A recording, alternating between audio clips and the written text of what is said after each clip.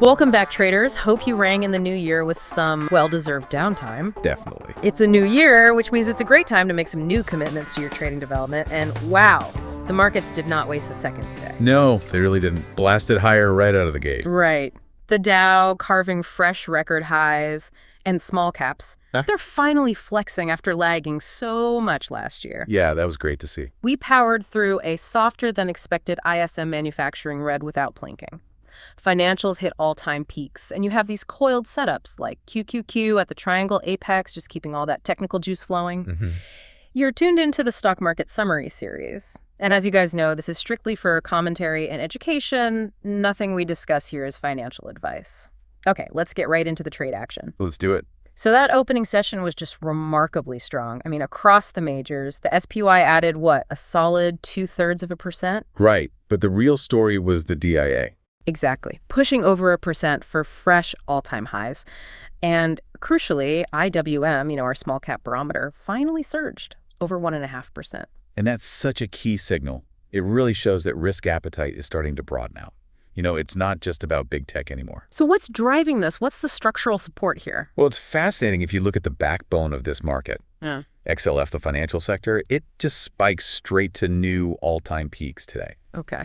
And if you connect that to the bigger picture, the market is aggressively pricing in, well, future optimism.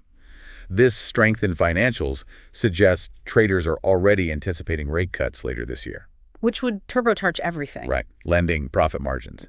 It basically makes the current weak economic data, acceptable. So let's pivot to the setup analysis. The QQQ symmetrical triangle, that still seems to be the biggest tension point in the market. It really is. It's coiling so tightly. Just resting right at the apex on both the 20 and 50-day moving averages. It feels like pure kinetic energy just building up. It is. But this is a setup that requires some real disciplined patience. When you see a higher time frame consolidation this tight, it implies a pretty significant directional move is coming. How significant are we talking? Oh, easily 3 to 5% once we actually break that apex.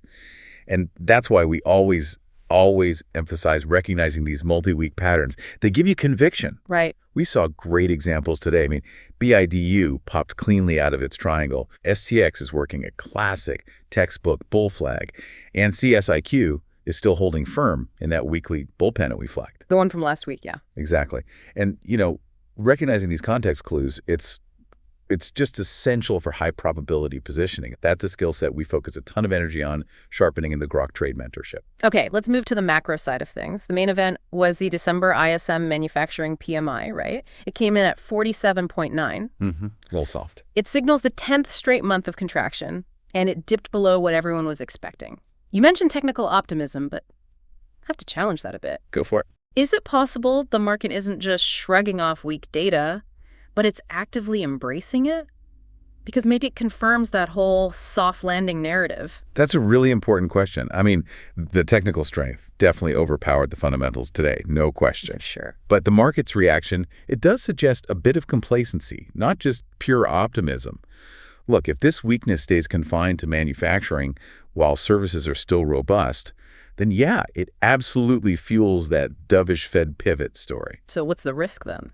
The risk is if this weakness starts to bleed into employment. For now, though, traders are just betting on the Fed's put, which makes technical momentum the priority. As always, guys, if you've got a stock you're watching or a question about the markets, drop it in the comments. We might cover it in an upcoming episode. We'd love to hear from you. And by the way, if you're enjoying this video and appreciate these market summaries, do us a big favor and hit that like button. It's totally free and helps us out in a big way. It really does. And click subscribe, too, so you don't miss a beat. You can always unsubscribe later. Okay, let's pivot to the cross-asset picture. We saw some interesting, maybe even conflicting signals today. Yeah, a few things moving. Bitcoin spiked over 2.7%. It's pushing above that 94,500 psychological barrier and really testing the upper end of its range. Right, resistance. Buffo. Meanwhile, metals bounced hard. Very hard. GLD was up over 2.5% and SLV just ripped over 5%, holding strong after that sharp correction we called healthy last week. And that whole cross-asset picture, Bitcoin hitting resistance just as small caps surged and metals rallied, It really highlights the complex reads you need to be making right now. What do you mean by that? Well, you have risk-on assets and inflation hedge assets both gaining at the same time. That speaks to some underlying uncertainty despite the headline highs. The real value is learning how to synthesize that whole view. Okay, so seeing the coiled QQQ alongside Bitcoin resistance and the bounce in metals.